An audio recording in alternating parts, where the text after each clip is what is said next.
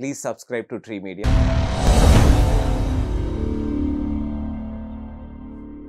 ఇప్పుడు మీరు ఇప్పుడు ఒక మాట అన్నారు. ఇప్పుడు మొన్న అంటే ఈ మధ్య వచ్చిన డబ్బులతోటి BMW కార్ తీసుకున్నాను. కొన్ని నేను ఇష్టం లేకుండా కూడా నేను కమిట్ అవ్వాల్సి వచ్చింది. సో అది కెరీర్ మీద పడుద్దిగా, మళ్ళీ సేమ్ అది కెరీర్ మీదే ఎఫెక్ట్ చూపిద్ది కదా. అంటే ఇప్పుడు ఇష్టం లేకుండా తీసుకున్నాను. ఫర్ ఎగ్జాంపుల్ చీకటి గదిలో చితగొడ్డ అని ఒక సినిమా. అది కూడా ఒకటి. అది పెద్ద నాకు ఇంట్రెస్ట్ లేదు. నాకేంటంటే నాకు ఒక చిన్న ఇమేజ్ ఉండింది. చాలా ఫ్యామిలీ హీరో. ఓకే. కథ, నవమన్ మధురు, గరుడవేగ ఫ్యామిలీలోకి వెళ్ళిపోయాను. అప్పుడే కొంచెం 24 కేసెస్ చేసినప్పటికీ అదొక లవ్ స్టోరీ కాబట్టి యాక్సెప్ట్ చేసుకున్నారు.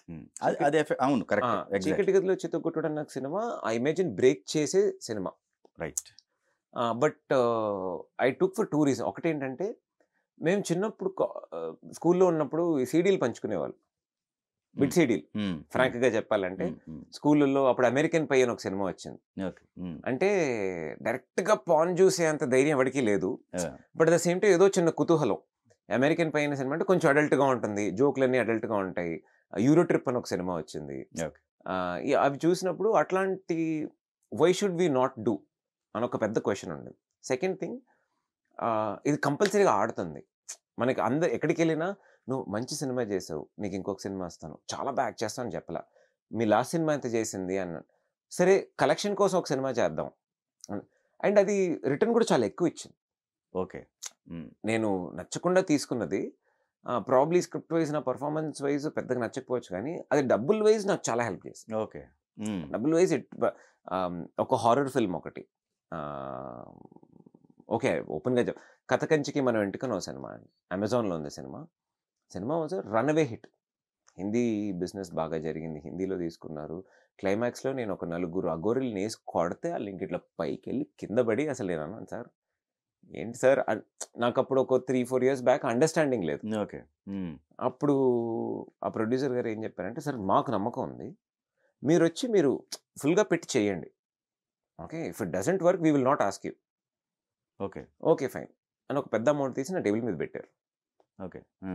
నేను అలా అమౌంట్ తీసి పెట్టారు. సరే సార్ చేద్దాం. అండ్ 100 చాలా కష్టం.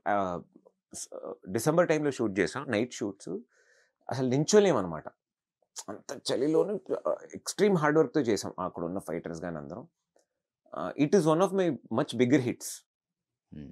ఎక్కడికి వెళ్ళినా రికగ్నైజ్ చేస్తున్నారు, చెప్పారు. నేను ఆ ప్రొడ్యూసర్ అంటారు, ఆయనతో సార్ ఎలా సార్ అంటే, మీరు నమ్మండి సినిమా వర్క్ అవుతుంది. దెన్ ఐ రియలైజ్డ్ మంచి చెడ్డ సినిమా అన్నది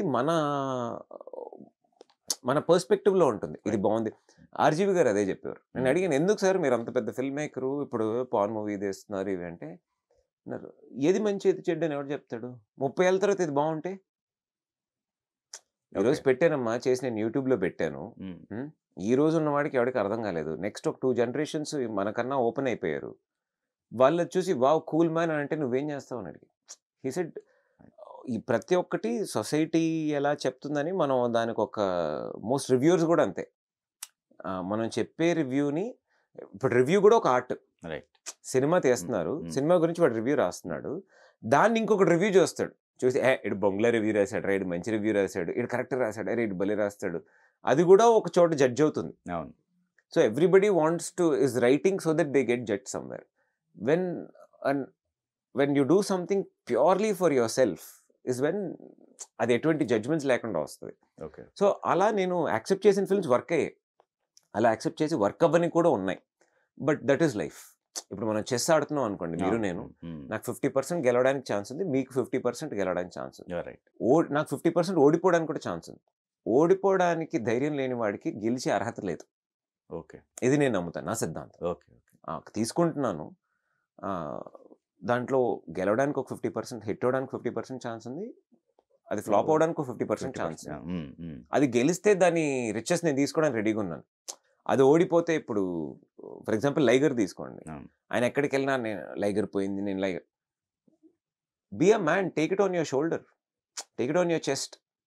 యూనో ఆ సినిమా తీసినప్పుడు మీరు ఎంత ఎంజాయ్ చేశారు. ఒక ఫిల్మ్ మేకర్ జగన్ గారితో ఒక సినిమా చేసి నాకు అటర్ ఫ్లాప్ అయినా ఓకే, ఆయనతో ఉన్న experience I can cherish for the rest of my life. Right. It's okay. We take that's what is being a man. Take your success and failure in the same straight. So ఈ ఈ ట్రావెల్‌లో మీకు కొండ అసలు నిజంగా ఒక సంచలనం. ఇంత కూల్‌గా వెళ్తున్న మీ లైఫ్‌లోకి కొండ అనే కథ మీ ఇట్లా దగ్గర రావడం. తిప్పేసి పేరు మార్చేసి అప్పటిదాకా మీ జర్నీ అంతా కూడా ఇట్లానే ఉంది. అవును. కొంచెం అంటే ఇంత ఒక కాంట్రవర్షియల్ కావచ్చు, లేకపోతే ఇంకోటి కావచ్చు. అవును. ఒక 2 స్టేట్‌ల్లో కొంచెం ఇంత హ్మ్. నా పేరు ఇంత మాట్లాడి కరెక్ట్. నేను చాలా సేఫ్‌గా వెళ్తొచ్చు. హ్మ్. హ్మ్. నేను జర్నలిజంతో పాటు నా మేజర్ ఇస్ పొలిటికల్ సైన్స్ అండి. ఓకే.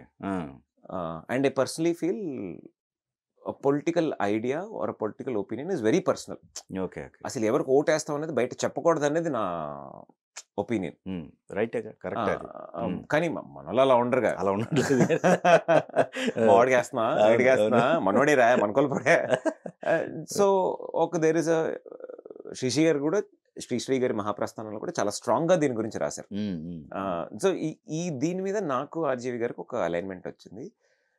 ఇలా వెళ్తున్నప్పుడు నాకు ఒక ఫ్రెండ్ చెప్పారనమాట, ఒక వెల్ విషర్. ఆయన ఏమన్నారంటే, ఓకే నువ్వు చేస్తున్నావు ఒకటి కొంచెం అందరికీ తెలిసేటట్టు, హిట్ ఫ్లాప్ పక్కన పెట్టి అందరికీ తెలిసేటట్టు ఒక పెద్ద డైరెక్టర్. నేను చేసిన సినిమాలో ఒక 70% డెబ్యూ డైరెక్టర్సే, 60-70% డెబ్యూ డైరెక్టర్సే. పాపం ఎవరు నా కథ వినట్లేదు సార్, నేను చెప్పేది ఎవరికి అర్థం కావట్లేదు సార్, ఇలా ఫైట్ నా కథను మార్చమంటున్నారు అనే వాళ్ళే నా దగ్గరకు వస్తారు. ఓకే. ఒక సర్నాలే ఉంది నా దగ్గర. ఈ అప్కమింగ్ రైటర్స్. ఓకే. సో అలా కాదు, కొంచెం రికగ్నైజ్డ్ చేస్తాను. ప్రవీణ్ సత్తార్ గారిది రెగ్యులర్ గా ఆఫ్ కోర్స్ చేస్తున్నాను. ఇప్పుడు కొంచెం పెద్ద డైరెక్టర్స్, మిష్కిన్ గారు, తమిళ మిష్కిన్ గారితో వర్క్ చేశాను. మళ్ళీ శ్రీనివాస్ రాగా గారు, గుహన్ గారు చేయడం జరిగింది. అప్పుడు రామ్ గోపాల్ వర్మ గారితో ముందు నుంచి పరిచయం. వాళ్ళ డాటర్ నా ఫ్రెండ్ అనమాట. మేమంతా ఒకటే బ్యాచ్, ఇంటర్ నుంచి ఒకటే బ్యాచ్. సో కొంచెం పరిచయం ముందు నుంచి. వర్మ గారు తెలుసు. కథ వచ్చినప్పుడే క్యూట్ ఫెలో అది ఇది అని ఆయన అంటారు, కానీ నువ్వెప్పుడు నా హీరో అవ్వలేవు అని. ఆయన చాలా వెళ్తారు చూశాను అనమాట. నేను కొంచెం 6 ప్యాక్స్ అది చేసి కొంచెం ఇంటర్ ఎలా ఉన్నావు అంటే, సార్ చేస్తున్నాను సార్, ఈ సినిమాలు చేస్తున్నాను జరుగుతుంది. అవునా సార్, ఒకసారి కలువు అని చెప్పి నాకు ఒక కథ చెప్పారు. ఆ కథలో 6 సెక్స్ సీన్లు, ఒక 5 దయ్యాలు. నేనేమన్నా, నేను కొద్ది రోజుల తర్వాత యూజువల్లీ ఆయనకి ఎవరు నో చెప్పరు ఆర్ అలా వెళ్ళిపోతారు. నేను నాకు చెప్పిన అతను కూడా, నీకు నచ్చకపోతే ఏం చెప్పకు, అవాయిడ్ చేసి, ఆయన ముందు చిచి అలా కాదు, మాకు చాలా కాన్వర్జేషన్స్. మా ఇద్దరికి నచ్చిన ఆథర్స్ చాలా మంది ఉన్నారు. ఆయనకి ఐన్ ర్యాండ్ ఫౌంటైన్ హెడ్ అనేది ఒక పెద్ద ఇన్ఫ్లుయెన్స్ లైఫ్లో, నాకు కూడా చాలా పెద్ద ఇన్ఫ్లుయెన్స్ అండి. నేను కూడా కాలేజ్ ఫస్ట్ ఇయర్లో మా ఇంగ్లీష్ ప్రొఫెసర్ ఇచ్చాడు, చదివాను. దాని మీద నేను గాడ్ ఫాదర్ బుక్ కూడా చదివాను. అప్పుడు కథ చేసేటప్పుడే నేను దాంట్లో నుంచి డైలాగులు చెప్పేవాడిని. అలా నా చేత ఆయన వినేవాడు అనమాట. ఇప్పుడే నెక్స్ట్ ఏం చదివా అన్నట్టు ఒక చిన్న మాకు ఫ్రెండ్షిప్ ఉండేది. ఓకే. నేను వెళ్ళి చెప్పి, సార్ నాకు చేయాలని. ఎందుకు ఇలాంటివే చేయాలా, అలాంటివే చేయాలా, నేను ఆపర్చునిటీ ఇస్తాను, నువ్వు వేస్ట్ అని చెప్పి తిట్టేశారు. సార్ అది కాదు సార్, నేను ఒక్కొక్కటి వేరే వేరే చేయాలను. నేను ఆల్రెడీ 24 కేసెస్ అని చాలా బోల్డ్ ఒక సినిమా చేశాను. మీరు చెప్పిన దానికన్నా చీకటి గదిలో చెత్తగొడ్డని ఒక సినిమా చేశాను. I'm looking for something else. నాకు మీ స్టైల్లో, మీ గ్యాంగ్స్టర్, మీ పొలిటికల్వి నాకు చాలా ఇష్టం. అవి ఉంటే చెప్పండి సార్ అంటే బాగా తిట్టేసి పంపించేశారు. ఎందుకన్నా ఇంకా రామ్ గోపాల్ వర్మ గారు డోర్ క్లోజ్, నెక్స్ట్ వేరే ఏ దారో చూద్దాం. సుకుమార్ గారిని కూడా చాలాసార్లు కలిశాను నేను. కుదరలేదు కరెక్ట్గా. కుమారి 21 కూడా నేను కలిశాను. But I was not the right match for the film. ఆయన నాకు ఎప్పుడో ఒక చోట అవకాశం ఇవ్వాలని ట్రై చేస్తానే ఉన్నారు. Okay. I will not say that నన్ను ఎవరు పిలవలేదు, కరెక్ట్గా కుదరలేదు. ఓకే. బిగ్గర్ డైరెక్టర్స్ కూడా తెలుసు, అరే పిల్లడు బాగా చేస్తాడు. సో మళ్ళీ ఒక 10 రోజుల తర్వాత చేశారు. యాక్చువల్లీ చెప్పిన దాంట్లో పాయింట్ ఉంది, నేను ఒకటి చేస్తున్నాను. నేను యాక్చువల్లీ ఒక పెద్ద హీరో అనుకున్నాను. నేను ఆల్రెడీ వాళ్ళకి ఒక చిన్న అడ్వాన్స్ కూడా ఇచ్చాను, అది తీసి పక్కన పెడతా. నీ తెలంగాణలో అన్నాను నేను. సార్ హిమాయత్ నగర్లో పెరిగాను సార్, వింటారా నా తెలంగాణ అడిగా. ఒక 2 minutes ఆడిషన్ చేయండి. 2 minutes ఆడిషన్ చేసి పంపించాను. వెంటనే ఫోన్ చేశాను, ఏంటి నువ్వు సార్ యాక్షన్ అది చేయడానికి ఛాన్స్ రాలేదు. సరే నువ్వు ఇనిషియలీ కొండా ఫ్యామిలీలో కూడా ఒక పెద్ద హీరో పెట్టి చేద్దాం ఏంటి, మేము let's go for it. Then they saw, they really liked it.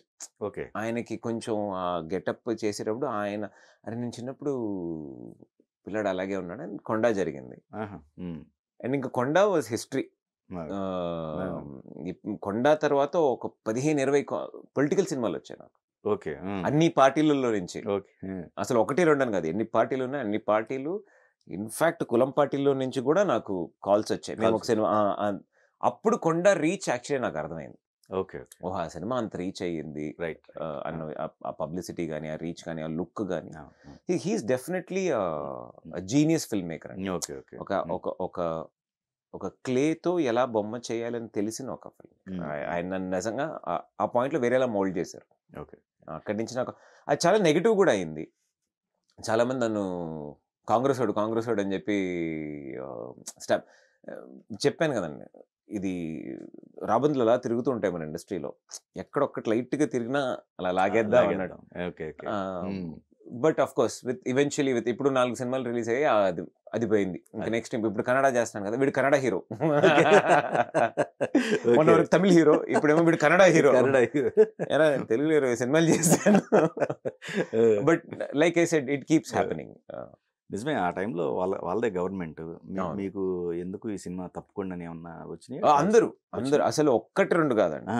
ఆ! ద ఆ! More it came the more opposed it. In fact హ్మ్. అప్పుడు మా ఆడియో ఫంక్షన్‌కి ప్రెజెంట్ సీఎం రేవంత్ రెడ్డి గారు చీఫ్ గెస్ట్‌గా రావాలి. రైట్. హ్మ్. వచ్చే దారిలో అరెస్ట్ చేశారు ఆయన్ని. హ్మ్. నేను అనుకున్నాను రాక పెద్ద సినిమా వస్తే దానికి కూడా ఎన్ని గొడవలు ఏంటి? ఆ! ఆ! బట్ నాకు ఈరోజు ఆహ్, ఆహ్, కొ నేను ఇన్‌ఫాక్ట్ వాళ్ళతో కొద్ది రోజుల ముందు కూడా మాట్లాడాను. కంగ్రాచ్యులేషన్స్ చెప్పాను. హ్మ్. వాళ్ళ ఏంటి నువ్వు నేనన్నాను సార్ పాలిటిక్స్ నేను దూరం. ఓకే. ఒక ఫ్యామిలీ ఫ్రెండ్‌గా ఐయామ్ ఆల్‌వేస్ దేర్. ఓకే. హ్మ్. ఇప్పుడు మీరు గెలిచారు కాబట్టి నేనొచ్చి హ్మ్. అది నా క్యారెక్టర్ కూడా కాదు. నాకది రాదు. హ్మ్. హ్మ్. But yeah! దే ఫీల్ 'కొండ' అన్న ఫిల్మ్ వాళ్ళకి ఒక మంచి ప్రభావం ఉండింది హ్మ్. జనాల్లో. అండ్ ఇప్పుడు మినిస్టర్ అయ్యారు. అవును. హ్మ్. దట్ వే ఐయామ్ హ్మ్. హ్యాపీ నా హ్మ్. సైడ్ నుంచి. సో, మురళి గారు బాగా ఇంప్రెస్ అయ్యి ఉంటారు. ఆ క్యారెక్టర్ కదా! అమ్మో! మురళి ఆయన గారిది. హ్మ్. హిస్ ఆ! He was very happy. హ్మ్. యాక్చువల్లీ ఆయన ఆ సినిమా చూసి ఒక 1 మంత్ కొంచెం చాలా పాత థాట్స్‌లోకెళ్ళిపోయారు. ఆహా! ఆ! దాని తర్వాత ఆయన ఓకే. మనం ఎలా ఉండే మనం వి హావ్ టు కమ్ అని ఒక స్ట్రాంగ్ ఒక మోటివేషన్ అదొక పెద్ద టర్నింగ్ పాయింట్ పెద్ద వాళ్ళకి. ఓకే. ఓకే. పర్సనలీ హ్మ్. వాళ్ళు మన కథ మనం మాట్లాడడం వేరు. హ్మ్. దాన్ని ఇప్పుడు నా లైఫే ఎవరైనా సినిమా కింద తీసి ఎసారంటే హ్మ్. మనం అది చూసినప్పుడు it makes a huge effect inside us. Hmm. Hmm. Hmm. అది వాళ్ళకి ప్రాసెస్ అయ్యి they came back with much bigger power. Okay. Okay. It's very tough to reach him. నేనేదో ఎవరికో ఏదో ఫేవర్ గావాలి second ring he picks my call. Okay. Second I was అదొక విధమైన okay. నా కళకి దొరికిన ఒక అప్రిసియేషన్ అది. అప్రిషియేషన్. ఓకే. నేను హ్మ్. నా బెస్ట్ చేశాను. హ్మ్. దానికిచ్చిన ఒక రెస్పెక్ట్ అన్నట్టు నేను రైట్. చూస్తాను.